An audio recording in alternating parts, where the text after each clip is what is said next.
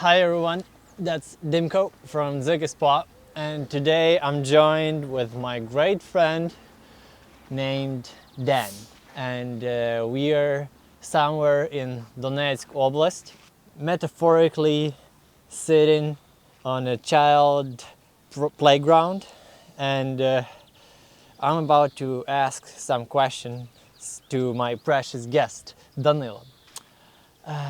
Danilo is a former classmate of my fiancée Ira, and Danilo was a good AI ML engineer kind of startup guy, and now he is turned infantryman specializing in the drone warfare, and we are lucky enough to have him today.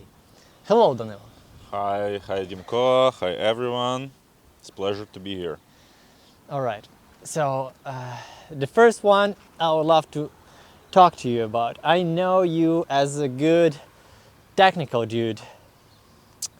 You have all of the education and opportunities to just go and work in some IT startup somewhere in the United States doing the machine learning and shit.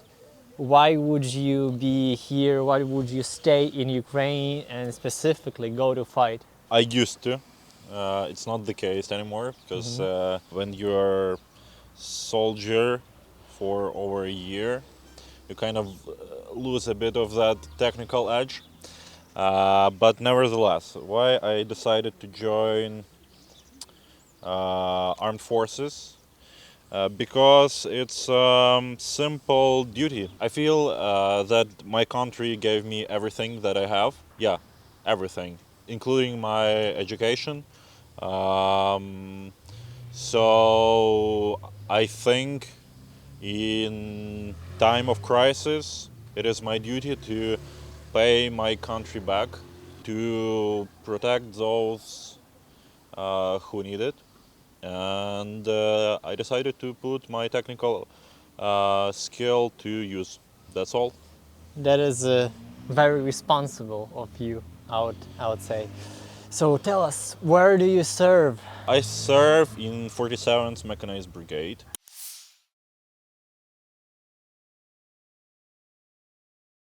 I've been a part of the initial kind of recruitment process when this brigade was forming. I serve in 2nd Battalion as a commander of air reconnaissance unit, but also we have drone-based strike capabilities. Are you proud of the place and the unit where you serve? Yeah, you know the answer to that question. With every month, I'm more and more proud of my brigade. Actually, 2 days ago, our brigade was awarded a medal for recent defensive operations from the president. So yeah, 47th Brigade proven itself as a reliable force to kind of contend with. Today is 9th of May.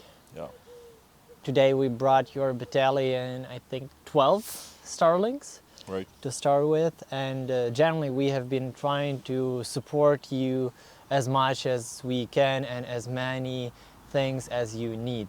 Yep, that's right.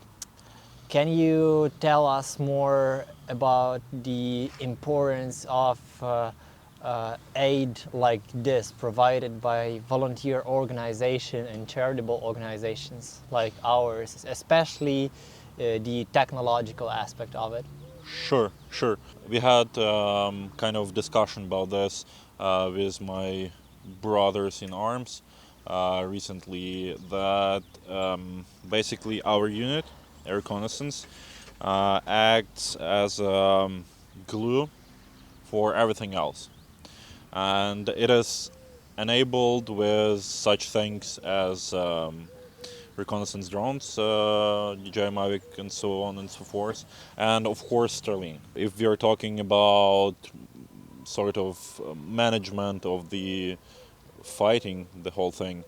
Nothing gets done without these two things, drones and Starlinks. Every artillery piece, mortar, grenade launchers, everything needs correction of fire if you want your ammo not to go to waste. Every piece of heavy weaponry, basically every Bradley in our case, Abrams, and so on and so forth. These machines need to be kind of guided to the battlefield, guided out of the battlefield, corrected. Yeah, your infantry needs to be watched at every moment. So basically, commander of battalion enabled to do that only with those technical kind of equipment. So what you're saying is that they enable some kind of a battlefield transparency for Right. the commanders to take more informed decisions, which obviously saves a lot of first manpower, the Yeah. most importantly, Yeah, by escorting those assault groups, by escorting vehicles, yeah, and saying what is about to happen to them, what is in front of them. right. And then this is kind of, I think, saves a lot of ammo in a way that you are able to see live as a commander of an artillery battery. Yeah, You're able to see live what is happening with your shot. Did you Yeah. hit the target? What kind of corrections do Yeah. you need? And you are able to take this as quick as possible, especially given that the Western systems, yeah, some of them allow like 3 shots a minute or something, and Yeah. even quicker than that. Yeah, yeah. So you're able to take very quick informed decisions. Basically, yeah, commander of the battalion is able not only to correct fire from the battalion level artillery pieces, but also of individual vehicles, such as Bradleys and Abrams tanks. Basically, the battalion commander is able to correct every single shot made by Bradley crew. And they are able to do that live because Yeah, they also yeah. have the radio in there. Exactly. So. They see what is happening and they are correcting kind of a bit to the left, a bit to the right, and that's how the kind of maximum effectiveness is achieved. 2 days ago, Bradley crew from my battalion destroyed T-80 tank with ATGM, and the whole operation, kind of the way forward and rolling back and the correction of the fire was kind of watched and supervised by commanding officers using the equipment that we are talking about. Yeah, with Starlinks and drones. Yeah. So in some way, I think the technological aid that these kind of charitable organizations like ours could provide, it multiplies the impact of the equipment provided by the allies. And I am sure that these are, as we are doing this research on technology used in Russo-Ukrainian war, I am fairly certain that no NATO country has ever taught you how to use these kind of commercial technology pieces like those Chinese drones or portable power stations or Starlinks to enable this battlefield transparency. They basically either have other means to do this, or they are not adopted yet to this kind of a new kind of a warfare that technology shows us, because technology showed us a new way to fight a war. Yeah, I would say that nobody really has means to kind of fight the way we are fighting right now, because kind of we achieved the use and kind of supply of these commercial systems to the smallest unit, to every section, every squad. Yeah, everyone has kind of ability to acquire drone and Starlink and Yeah. be its own kind of small Autonomous. intelligence, yeah, and Yeah. autonomous, yeah, unit, Yeah, you you're could right. say. So yeah, that's basically our edge over our enemy. What do you think of? So there are French officials saying that they are willing to send troops to Ukraine to fight against Russia. What is your take on this? Would that be any helpful for you, or would that be any helpful for them? Okay, yeah, I'll try to answer that. Yeah, of course, we need volunteers. We would take everyone who is willing to fight. Yes, please come and fight. It would be helpful. I think we will figure out the details kind of when you get here, what roles you can assume. Um, yeah, but That sure. is a certified recruitment ad for 47th Brigade. Yeah, If yeah, you're a foreigner, you can join, just message him. yeah. So today is the 9th of May. Russians treat this as a great day of victory Oh, over Nazis in Europe, right. and they base their whole ideology on this. I have often heard Russians saying, hey, on their radios, like in the interceptions, saying, hey, we just killed 5 Nazis. They often treat us as Nazis in their radio communication and Germans. Yeah. Have you heard any of that? I Or elves? so the only communication that I've had with Russians was when they were taken captive. So POVs kind of talk a bit differently, and yeah, I haven't heard any of that Nazi shit from them. All right, all right. Yeah. So, Russians are right now, at the moment, in Moscow, they are parading NATO supplied equipment destroyed. So, Uh-huh. Bushmasters, I think that was Abrams that I've Uh-huh. seen there, and other pieces of Western technology that was lost Yeah. in heavy combats. Yeah. So, what do you think of this, of their parades and how they try to poison their population with this propaganda? I don't really think about what they are doing. Unfortunately, we've lost any kind of hope to. There is no reason to track what's going on with their population because it is lost a long and long time ago. So I can only say that every Western piece of equipment that was lost in heavy battles, and it is yeah, there was no negligence on our part, and we are trying to make the most use of it every day. Yeah.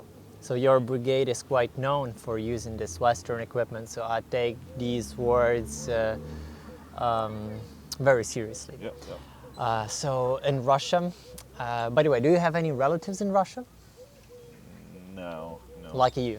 No. Yeah. Anyway, so in Russia, there is a massive mobilization campaign, and they are offering extreme amounts of money to anyone who would sign up the contract to go to the army to go kill some Ukrainians here in Donetsk Oblast.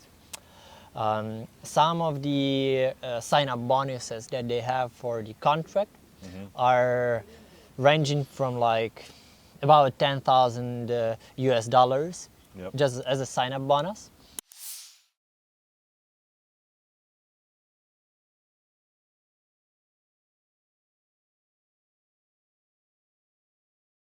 and many people actually take it just because their wages and salaries in their shitty places where they are from are like 200 US dollars a month. So that's a crazy amount of money for them. Do you think that this economical aspect is something that drives people to die here, drives Russians to be found dead? Yeah, maybe, but the thing is, it's not the most important aspect of the recruitment edge that they have over us. The most important thing that drives the whole effort is fear. It is, that they are able to forcefully mobilize as many adult males as they wish, and it won't get any kind of attention or reaction from society, because there's no such thing as Russian society. And also they are able to employ them, meaning adult males, the way that they want, since they're able to establish kind of Backup forces that would kill you instantly yeah. if you turn back, you know, if you try to take any step back. Yeah, so basically we hear in our radio, we kind of receive pieces of their radio communications, and usually it goes something like this. If let's say infantry section doesn't want to move forward, basically the order is given to kill one of them, so that To motivate them. everyone else will get a That's bit crazy. more, It's crazy, yeah. really, it's crazy. Crazy to think that human life, the most precious thing on this planet, isn't valued anyhow in their society, like at all. Yeah. Anyway, away from the Russians. So, how old are you today? I'm 24 years old. Yeah, 24 So, years old. 24. That is a quite young age, and I think one of the worst and the most challenging times that you are and all of us are caught in. Tell us a bit about friendship and brotherhood that often is created within the times of war. Do you have such a thing with your brothers in arms? I think the hardship always creates um, kind of solid bond between people. Um, yeah, it is always the case, and there are many horrible things about the war, but the beautiful thing, you get your own people, you get kind of your team, or whatever. Yeah. Hopefully we are on your team, and the whole Dzyga Spo is actively into supporting you. Regarding the Dzyga Spo, so we are an international charity that operates mostly with crowd-funded money, and it mostly comes from the foreigners. So basically, a John somewhere in Americas, or Thomas from Norway would donate his lunch money, or even more than that, in like thousands of dollars, to help you and your unit, to help you specifically with fighting a war for Ukrainian freedom. These are people with great empathy for Ukrainian fight for freedom. How do you feel about them and about realizing that there are such people like them? you've given me a chance to connect with these people with kind of packages of equipment and the kind of sweets and so on. You also sent either letters Yeah. or something kind of personal that I want to kind of send us. Also, I spoke a couple of times with Dzyga community, and yeah, it's incredible. I always curious of kind of volunteers that come from other countries, because I do think that it is a war that kind of that is important for the whole Western civilization, for the whole Europe. But still, since I know how human mind kind of can remove itself from particular problems, and it is comfortable and natural for us. It is always curious for me how, yeah, how these individuals are so special. And the same goes to people who are constantly for 2 years are making an effort to help us. You're special, guys. Thank you very much. It's great to hear, and I kind of feel the same way. It's very rare for human beings being far away from our struggle, because for us it's very present, I would Yeah, say. yeah, But for them, being 1,000 kilometers or yeah. miles away, it is very special to Yeah, yeah. realize why. Let's be frank that here, kind of, how many kilometers? 30 kilometers Yeah, from the front line. It is, peaceful, calm, yeah, it is easy to forget what's going on. It is exactly. easy. You get kind of a, let's say, notification here from time to time, but yeah, but still it is easy to forget, and to think that yeah, some woman or man thinks about this effort constantly for 2 years. It is really special. Yeah, great. Would you say that this is making any impact for you on the ground? Like their support, their warm wishes, and obviously the material support.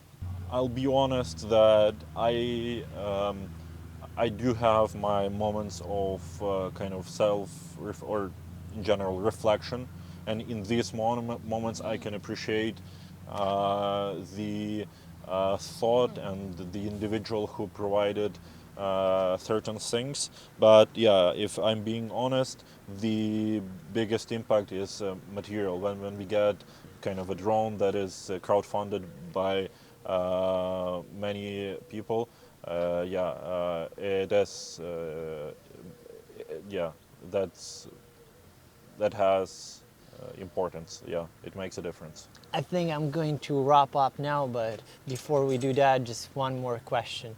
So we are doing, right now we are in the middle of the expedition for 100 something, 111 Starlings, Yep. I believe, that we have in our trucks.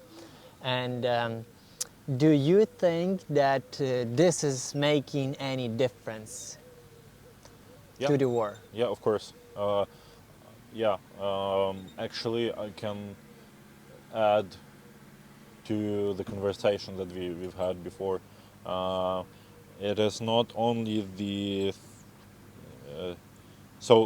more Starlinks we have, yeah, the more effective our fight is. So basically, if you are able to provide it to the air reconnaissance unit, to the commander of battalion, yeah, you're getting kind of output out of that. But also, if you're able to provide Starlink to kind of every artillery piece, they are able now to correct their fire by themselves. Yeah. As kind of you create certain net that can act independently and instantly. So yeah, it has a lot of value. Thank you for saying all this. I was pleasantly surprised to meet you today, and that is great that it happened.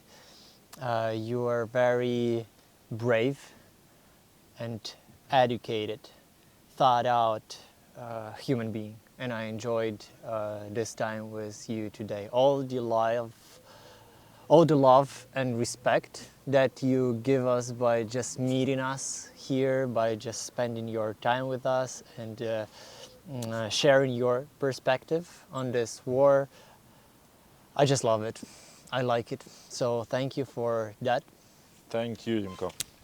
And thank you to everyone who does support the work that we do here in the Ukrainian Frontlines on the ground to support Ukrainian fighters who are fighting for the existence of Ukraine. Thank you very much. Thank you, Dimko. Glory to Ukraine! Героям слава! Що, нормально? Тепер ще для зйобків. Ладно, такий катаюся.